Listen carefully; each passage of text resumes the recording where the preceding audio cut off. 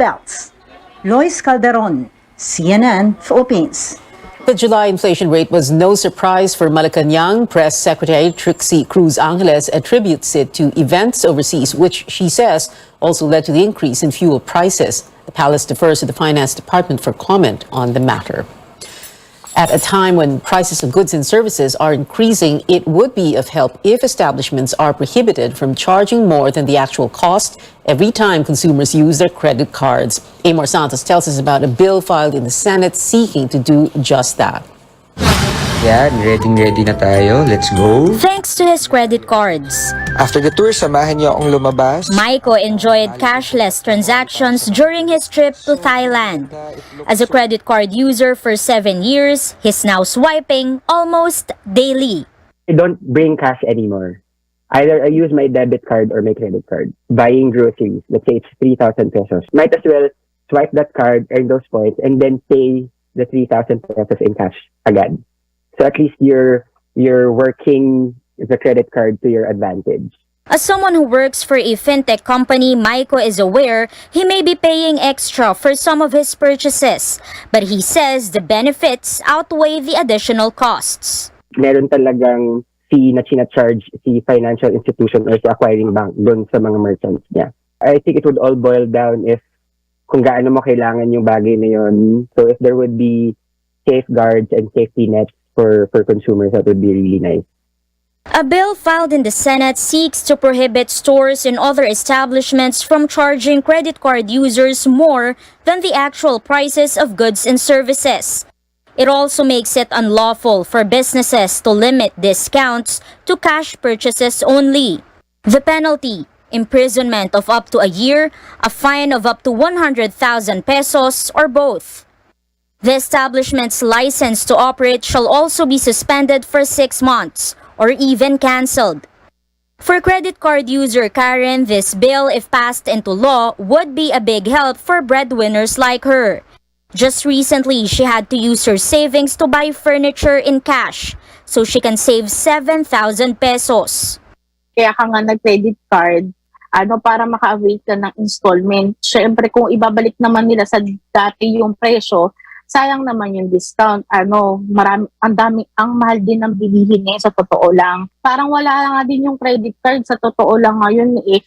Senator Cheese Escudero says while business is business, consumers who cannot pay in cash should not be burdened or discriminated against. According to global data, some 8.6 million credit cards are in circulation in the Philippines.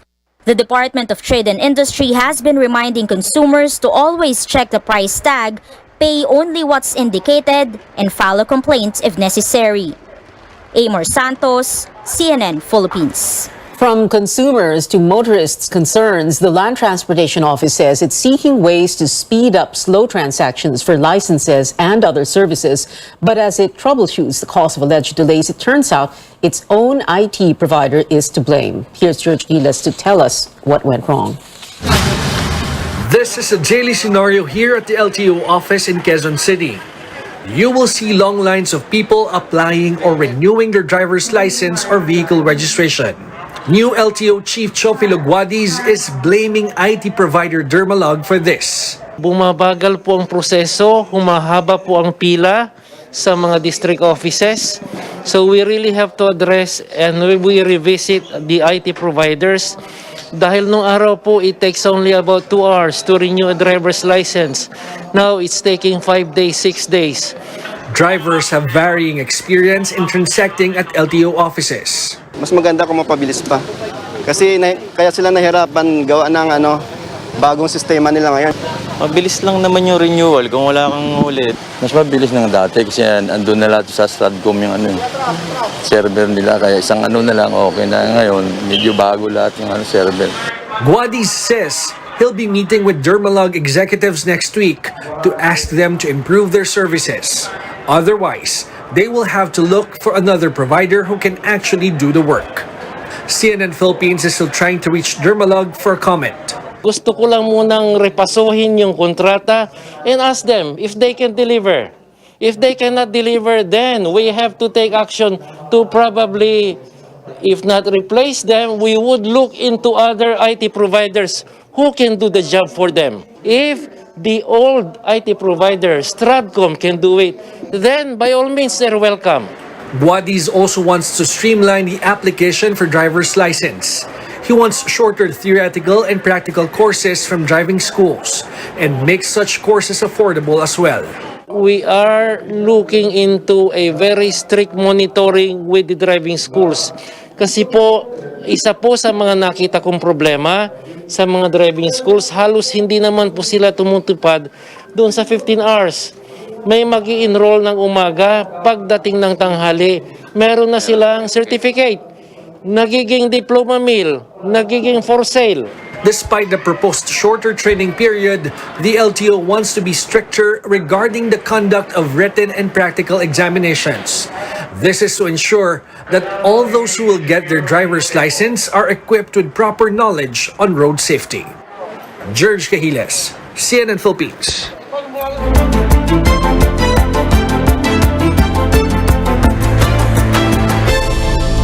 The country already logs over 3,100 highly transmissible Omicron subvariant BA.5 from June 3rd to August 5th, as health officials report 95 new cases today.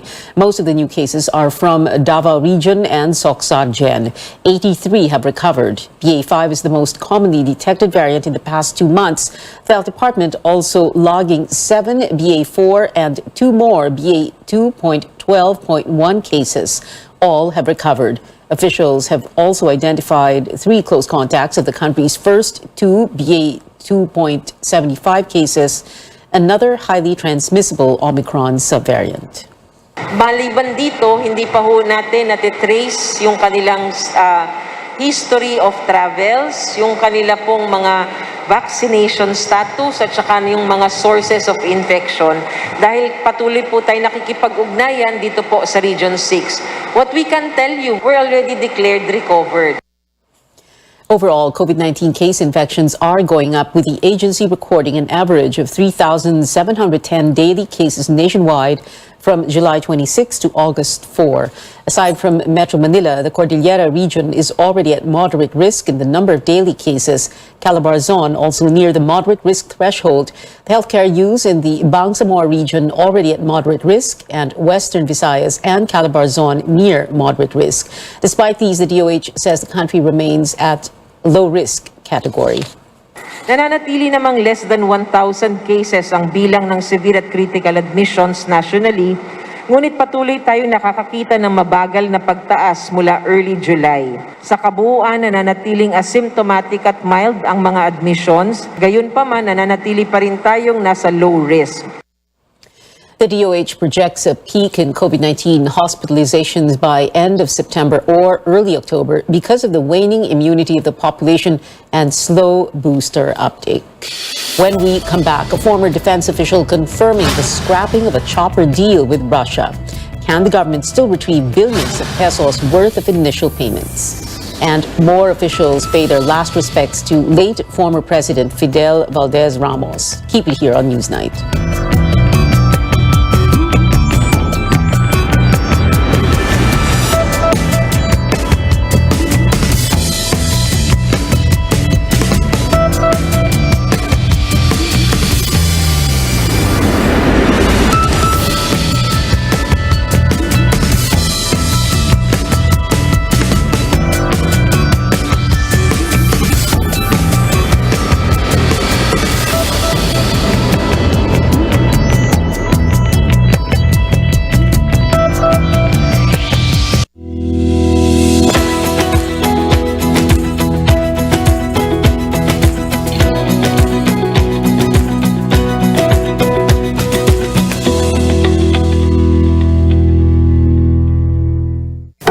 MX3, dito ako bilib!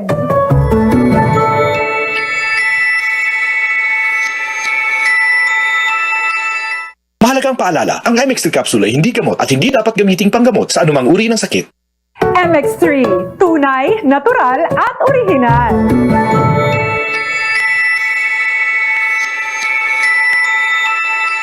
Mahalagang paalala, ang MX3 capsule ay hindi gamot at hindi dapat gamiting panggamot sa anumang uri ng sakit.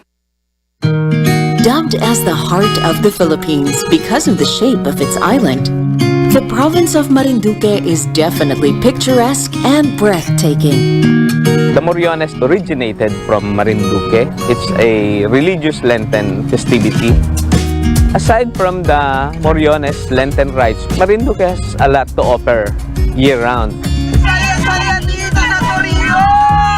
Dito po sa amin, talagang dinadayo ang aming mga food.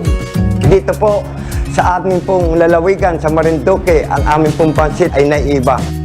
Tikman nyo ang pinagmamalaki ng Marinduque. Dito lang nyo matatagpuan ang masasarap na pagkain na aming pinagmamalaki.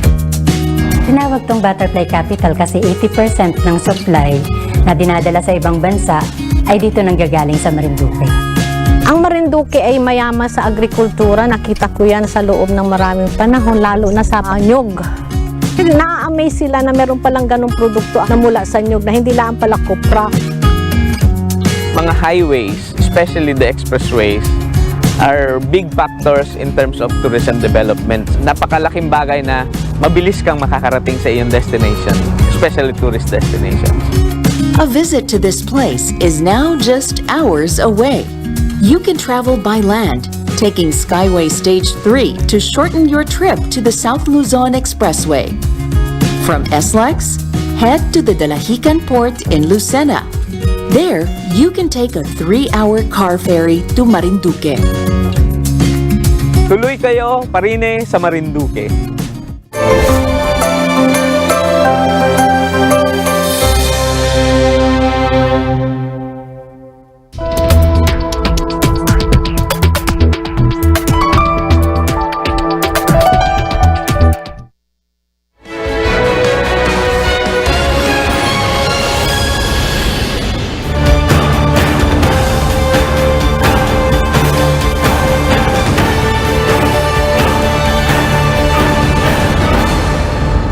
Welcome back to Newsnight. President Bongbong Marcos appoints a new chairperson for the Energy Regulatory Commission. Mona Lisa Dimalanda replaces Agnes Devanadera and will lead the ERC until July 2029.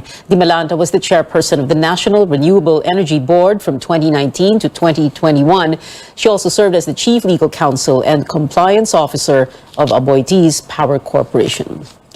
The former defense chief says it is now up to the Marcos administration to decide on the next steps after the Philippines terminated a multi-billion peso chopper deal with Russia. Delfin Lorenzana confirming Manila scrapped a 12.7 billion peso agreement to purchase 16 Mi-17 helicopters from Moscow. The country paid an initial amount of 2 billion pesos. Lorenzana says former President Rodrigo Duterte ordered the deal terminated over fears of sanctions from the United States. It could take some time, maybe negotiations for us to get back the 2 billion pesos. We have not yet initiated anything. It's up to the new administration if they would like to talk or make arrangement with the Russian. If we pursue the purchase, then we may not be able to pay the payment because of the sanctions. All payments that we do passes through U.S. banking system, so we can easily block the payment. The U.S. government, under a federal law, can impose sanctions on entities that have significant defense or intelligence transactions with Russia that attacked Ukraine in February.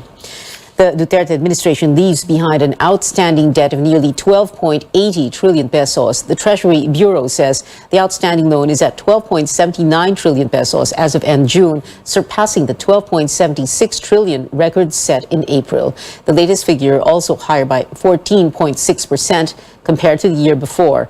Former President Duterte assumed the presidency with an outstanding debt of just 5.94 trillion.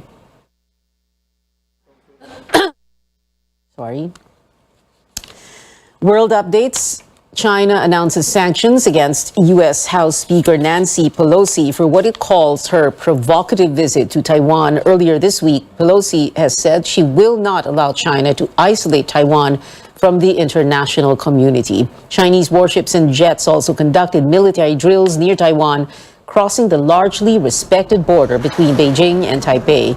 Taiwan called the move highly provocative and responded with radio warnings and air patrol forces.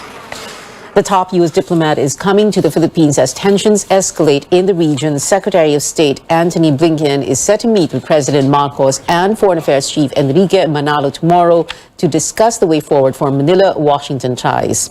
Tristan Adalo reports. Fresh from his meeting with foreign ministers of the Association of Southeast Asian Nations or ASEAN in Cambodia, U.S. Secretary of State Antony Blinken heads to the Philippines for an official visit. In an interview with CNN Philippines, Philippine Ambassador to the United States Jose Manuel Romualdez says that reaffirming Philippine-U.S. ties will be front and center of the high-level visit. It's an opportune time for the United States to renew its relationship, not only with our new president, but also with the new government. I would say substantial in nature, and at the same time, it will be a good opportunity for President Marcos to hear what President Biden has to say. The envoy adds Washington is also aware that President Bongbong Marcos puts prime importance to the economy. She would like to really open up our economy to many of our allies and friends and those that would like to do business in the Philippines. He really would like to see our economy to not only to recover from the pandemic, but to even grow much better than it ever did in the past. Joining Blinken in his visit are some trade officials who would also present their plans for the Philippines and the rest of the Indo-Pacific region. The special trade representative of the United States, who will be able to give an overview of what the United States plans to do in the Indo-Pacific region, like the Indo-Pacific Economic Framework. The high-level meetings will also cover possible cooperation on energy, trade and investment, reiteration of shared democratic values, and pandemic recovery. The bilateral trade between the two countries is valued at over $25 billion as of 2020. The US also donated over 33 million COVID-19 vaccines and over 1.9 billion pesos worth of assistance to the country's COVID-19 response. Now it remains to be seen if Blinken will also discuss calls to recalibrate the Mutual Defense Treaty and the Enhanced Defense Cooperation Agreement or EDCA with the backdrop of increasing tensions over Taiwan Strait and the South China Sea dispute. Romualdez adds that Blinken may also reiterate the invitation for Marcos to visit the U.S. I think President Marcos, who has already accepted the United Nations, for him to speak at the United Nations, will have an opportunity probably to at least have an in-person meeting with President Biden, who will also attend the United Nations General Assembly. Blinken will be the second foreign affairs chief to visit the Philippines and meet with President Marcos after Chinese Foreign Minister Wang Yi in July. Tristan Odalo, CNN Philippines.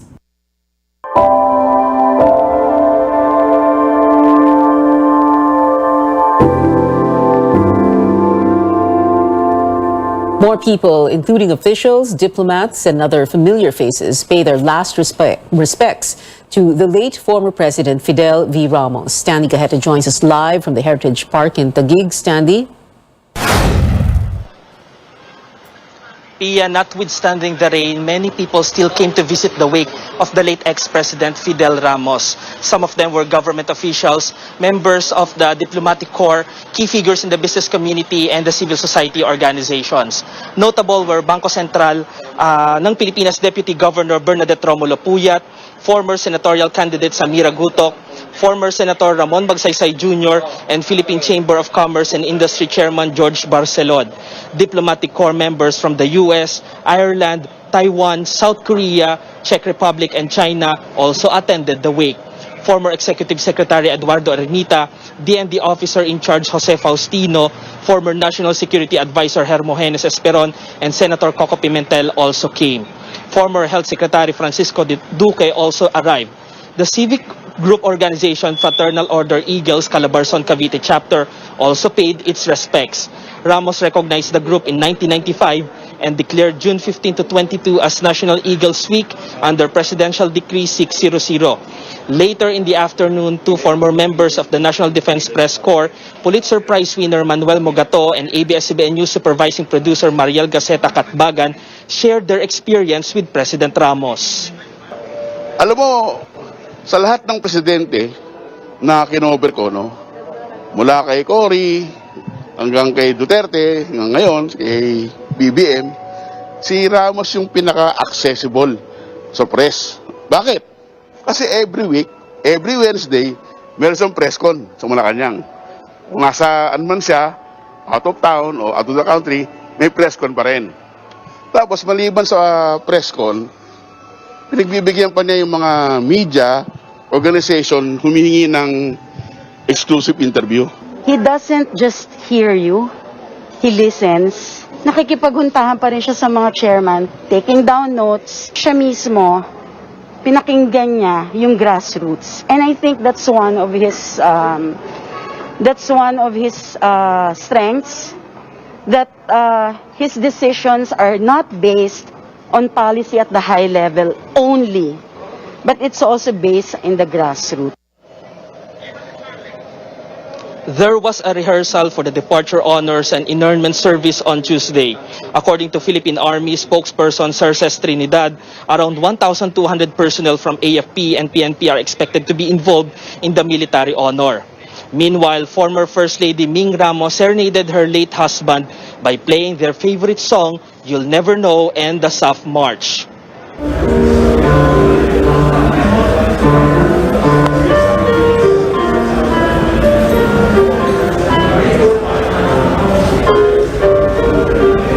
Visiting ends at 10 p.m. later, while tomorrow expected to come by are some more veterans, members of the military law enforcement, West Point Society, and the Rotary Club of Manila. Pia. Stanley Gaheta there reporting from the Heritage Park in Taguig. Join me as we witness the state funeral for former President Fidel V. Ramos. Catch the live coverage in the morning of Tuesday, August 9th, only here on CNN Philippines.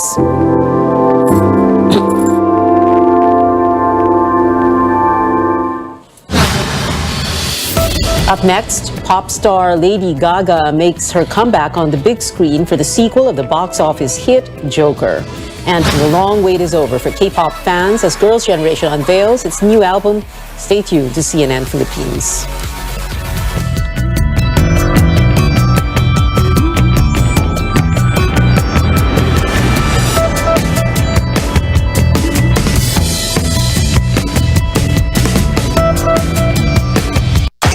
Dangerous out there. Buti na lang there's locally super fruits with 3 kinds of fruits that are super in many ways. First, there's our dragon fruit drink na mayaman sa prebiotics that aid digestion. Second, there's our passion fruit drink with no added sugar and high in vitamin C. Lastly, we have our mangosteen drink, good for your heart. All superfruits contain more antioxidants than your average fruit to help protect your immune system. Superfruit for super you. Life is many things. It's messy, but the kind of mess we love. Sometimes it's predictable, and sometimes it isn't. But there's always a way. And it's full of surprises. Introducing the next-gen Ford Everest. Life is yours to master. Friends, try nyo to. Vet-approved Nutri-Chunks in lamb flavor. With active boost and prebiotics na pampalisto. Made with real lamb goodness. With essential nutrients to help keep them strong, healthy and happy. Listo, ganado sa Nutri-Chunks. Unang tama, in love agad. Ang galing, ang sarap. Nalalagab lang. Sarap ulitin, susulitin ikaw. Ito, ang tama.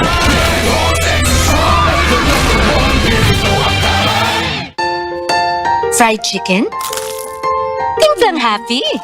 With easy-to-cook Magnolia Chicken Timplados. Iba't ibang sarap ng chicken, kaya. Anong Magnolia Chicken Timplados mo? Iba't ibang easy chicken sarap.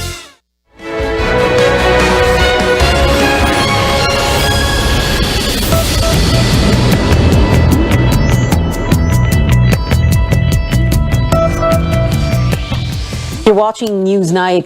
Back to world headlines. A Russian court sentences WNBA star Brittany Griner to 9 years in jail for drug smuggling. The two-time Olympic gold medalist was arrested in February with less than 1 gram of cannabis oil in her luggage. at a Moscow airport. Griner says it was an honest mistake from her rush to pack. The U.S. government denounced the sentence and proposed a possible prisoner swap.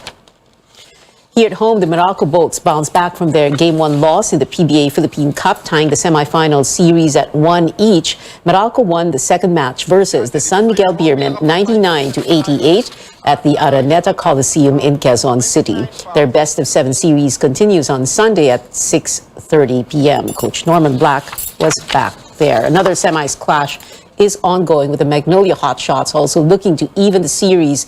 And so far, Magnolia is ahead in the second quarter, 32-21. Tropang Giga defeated Hotshots in Game 1 on Wednesday. Moving to entertainment, it must have been hard to keep a poker face about this movie casting. Posting a musical teaser on Instagram, Lady Gaga confirming that she will star in the sequel to Joker alongside Joaquin Phoenix. No word yet on her role, but entertainment outlet Variety reported earlier this year that Gaga was in talks to play Harley Quinn in a musical sequel. In K-pop, a treat for Sowons, with a much-awaited arrival of Forever One. Girls' Generation dropped its first single and album in 5 years. Forever One is now streaming, but physical copies could go on sale next Monday. Here's a look at the music video for the title track.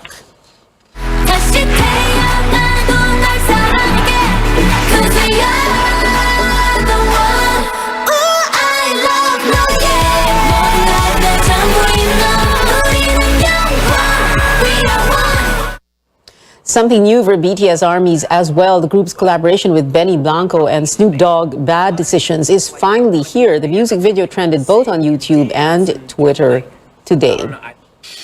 And that is it for now. Join me again on News.ph at 7 p.m. I'm P. Otiveros for Newsnight, where we go above and beyond the headlines.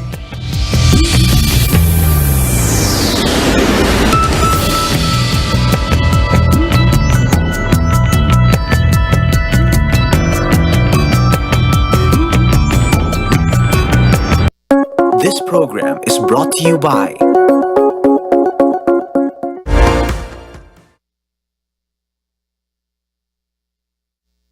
DYKB Radio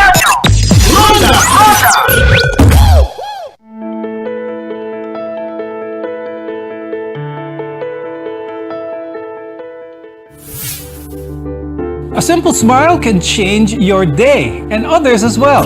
Studies have shown it has the power to boost confidence, improve social experiences, and make you feel happier overall. But it can be discouraging to show off your pearly whites when you're not confident with them to begin with. The good news is we have a number of procedures available today that can help improve the appearance of your smile. It's called aesthetic dentistry or cosmetic dentistry. On the program today, we'll talk about the aesthetic dentistry procedures that can help address these. I'm Dr. Freddy Gomez and welcome to MedTalk Health Talk, only on CNN Philippines.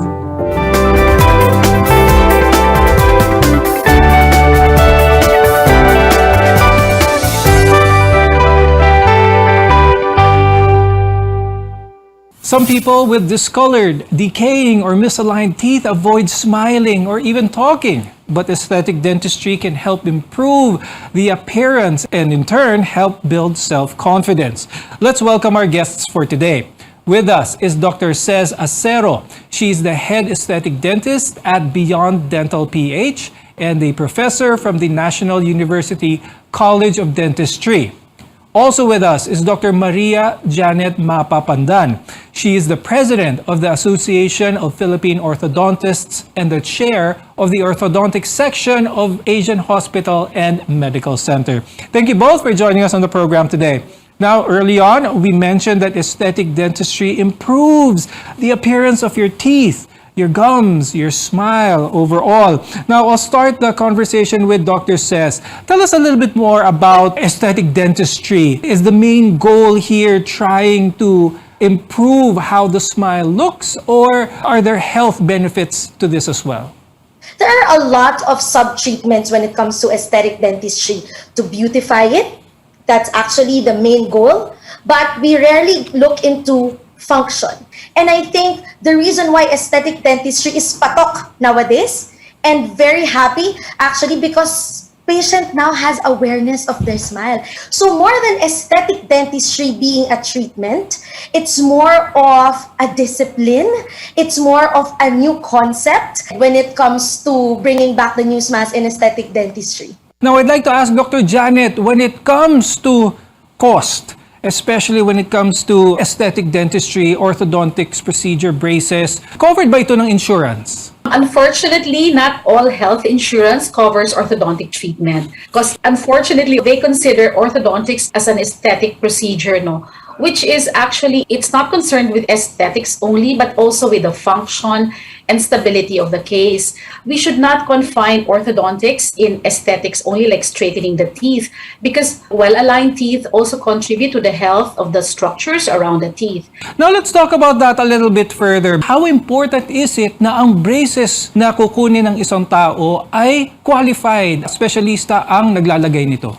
Well, as I mentioned earlier, braces or orthodontic treatment, it's a long-term treatment. So the treatment should be done and monitored and supervised by a qualified specialist because we're dealing not only with straightening the teeth, but how they should be positioned along the bone and how the bite will be, and then also as it relates to the upper and the lower jaws. Sadly, there's a proliferation of the do-it-yourself orthodontic treatment. So one of our campaigns of Association of Philippine Orthodontists is no to DIY braces. Number one problem is it's very accessible. So madaling i-order ng mga patients online. And then there's even an instruction on how to put the braces. Let's talk about what can happen kapag do-it-yourself braces ang ginawa or kinabit ng braces ng isang hindi masyadong qualified dito. They are not aware of the science of the discipline of moving teeth along the bone. Kasi ang ngipin, hindi lang naman yan nandyan lang. Meron siyang fibers, meron siyang buto na nakapalibot. So if the force or the movement that is placed on these teeth through the braces that they place themselves or placed there by an unqualified dentist, then it will worsen their case. Sometimes irreversible yung damage sa teeth. Nasisira yung surrounding structures around the teeth, and some of them may lose their teeth permanently, and they will end up with more expensive dental treatment. Dr. Says, when it comes to a patient coming to have any dental work done aesthetic-wise, how often does it happen na ito palang gusto ng isang pasyente, yung pala, they need something else? Kumbaga, another procedure is better for what they came there for. Sometimes 90% of the time, doctor. They would come having these pictures in their hands and telling me, doctor, I want something like this. I want you to give me an 8-unit zirconia veneer. Then when I check their teeth, it's aligned properly. There are just some yellow stains. So what I do is I give them awareness on minimally invasive treatments such as teeth whitening or surface correction lang. So what I do is, let's establish first your good bite, the correct rotation, the correct alignment of your teeth. I refer them to ortho first before I actually suggest another aesthetic treatment for them in the end. Now, speaking of procedures, there are a lot that are available here, and we'll go through them, some of the more popular ones, when we return here on MedTalk Health Talk. So keep it here. We'll be right back.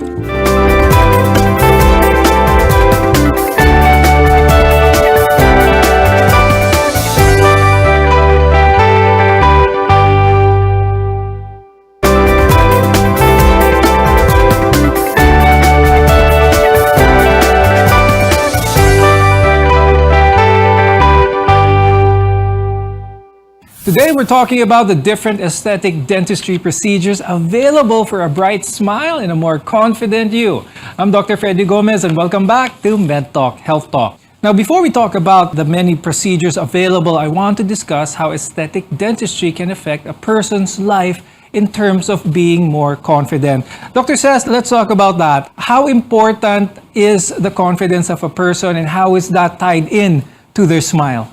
I think more than beauty, more than the side of yung maganda, aligned, and maputi, let's focus on ano nga ba yung healthy smile. Kasi yun yung mas dapat focus ng patient. Tama si Dr. Janet, it should be aligned because it has something to do with the bite. So, you are confident when your teeth are aligned, not only because of your perception, but because it follows the gait, it follows the stance, it follows you being able to smile and bite confidently talk confidently. So I think yung aspect ng aesthetic dentistry in confidence is more on function. It has something to do with confidence because I can function and I can use my teeth for smiling, for speaking. Let's talk about some of the procedures that are more common here. And one of the really popular ones is teeth whitening. So let's talk about that, Dr. Cesar. When it comes to teeth whitening, ano ba yung mga factors na nagpapadilaw ng ipin, nagpapaiba yung kulay ng ipin aside from it being white? Usually, stains come from coffee, tea, wine. Yun yung most usual culprit natin for food. Then we also have other culprits for habits such as smoking, tobacco, that causes nicotinic stains. Yung kahit gaano mag-toothbrush po sila, ay nakikita pa rin natin yung mga stains. And meron din naman tayong brought about post-treatments such as after ortho, or maybe after some plaque attachment, nag-yellowish ang ngipin. Now, Dr. Janet, let's talk about the actual whitening process para aware ang ating mga viewers, especially what expectations can they achieve from this? For the whitening or the bleaching of the teeth, we refer them to dentists who do this procedure. But the orthodontic treatment, once it's done and all the teeth are well aligned and you have a really nice smile, it enhances the result of the bleaching. It magnifies the result of the orthodontic treatment once these aesthetic procedures are done. Now, Janet, let's talk about earlier, we were talking about the bite, how it's important for that. Let's talk about that aspect. A lot of people may not be aware of that. They've been chewing their whole lives. How can one tell if their bite is correct or it needs some orthodontic care? Actually, the patient will notice it only if he has a problem or difficulty chewing or biting food. If a patient has an underbite, patients, unless they have difficulty chewing or biting, that's when they would be aware na baka may mali sa bite ko. Or when they see the dentist regularly, their general dentist can advise them na something's wrong with your bite. Or even if very young patients, I would advise the parents na as early as yung baby teeth pa lang ang mga pasyente, they should see a dentist kasi a dentist can detect if there is a developing bite problem. And this can be addressed early if the problem is severe enough to be treated, no? Dr. Cez, let's talk about another aesthetic procedure, and that is the establishment of a dental crown. Now, there are several materials. There's ceramic, there's porcelain, there's also zirconia. Are there any differences kung anong klaseng crown ang nilagay sa ipin? They differ mostly in their strength and physical properties. So, if you are to see what material is best to use, it really depends on location. Like si zirconia. Zirconia is known to be very strong. Superior in strength yan compared to an all-porcelain crown. However naman, si all-porcelain crown is superior naman in aesthetics when compared with zirconia. So usually the zirconia crowns are placed at the back teeth. They stain it with yellow or sometimes with blue stain sa bandang ilalim po para magkaroon ng konting translucency kasi walang translucency ang pure or monolithic zirconia. Ang porcelain naman, they say it's the weakest but it's the most aesthetic. So we usually put that on the front teeth. Here at the front teeth, ang kinukuha natin is yung translucency, yung form ng ngipin na kayang-kayang kopyahin yon ng porcelain. After the break, we'll talk about veneers, some of its pros and cons, and we'll talk about braces that you can't actually see. All of this when MedTalk Health Talk returns.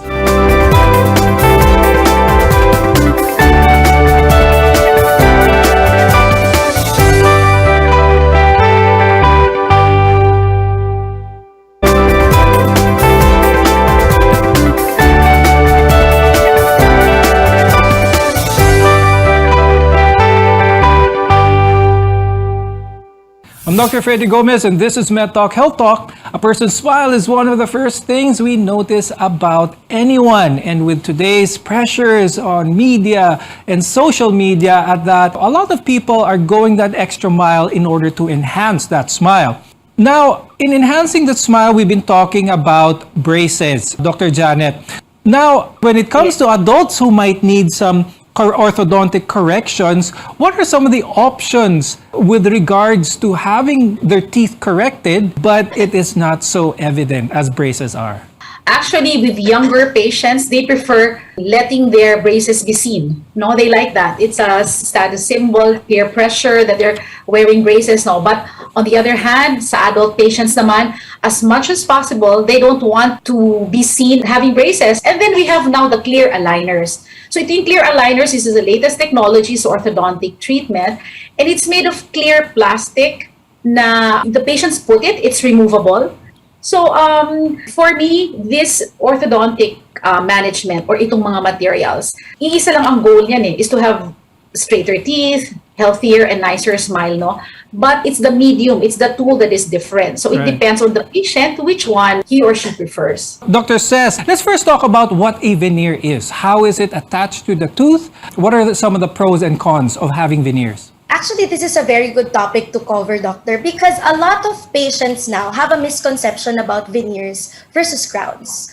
When we say that it's a veneer, we cover only the front surface of the tooth. It's like a laminate. For the veneers, what we usually do, it's either minimal veneers. These are the direct bondeds, where you can only remove about 0.5 millimeter or just shave it off, and then put a composite filling on top of it. Or you could also do an indirect, the ceramic veneers. You just have to shave off a little more so that there is retention, and then that ceramic veneer would be done outside. So the direct veneer can be done in one sitting, and the indirect veneer, you would be asked to come back again because it would be cemented on you, done outside of the mouth. Are there any permanent aspects of someone who wants to have veneers done to their teeth? Are we talking about permanent removal of enamel? Definitely there would be, because enamel doesn't regenerate or grow back. So it's really a big decision.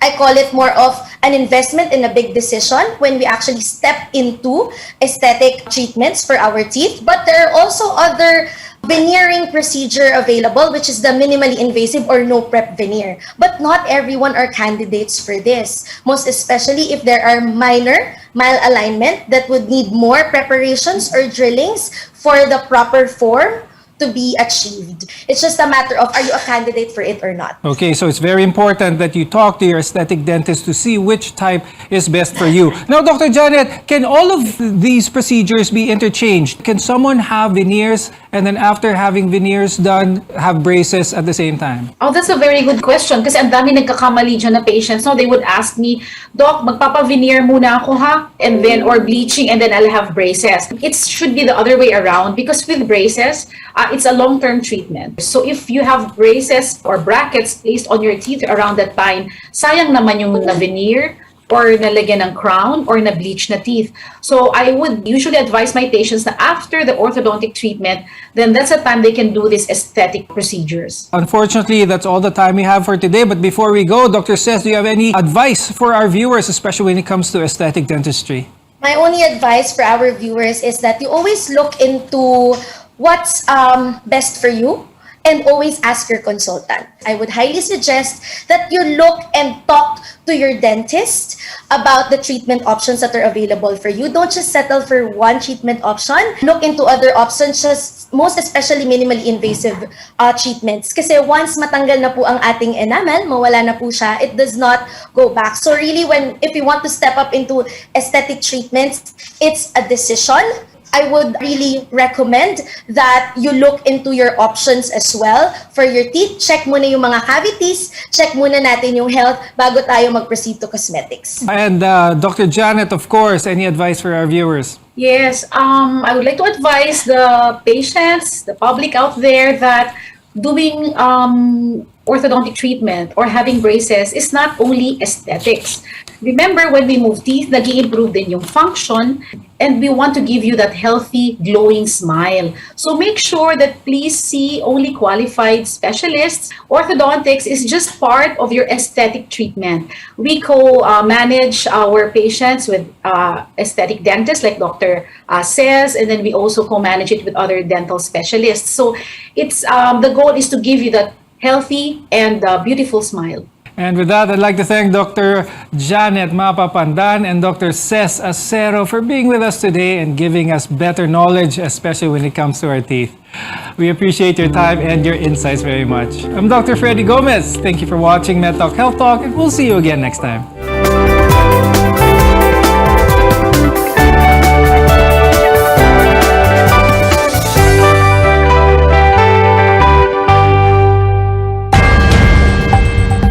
Let's Get ready to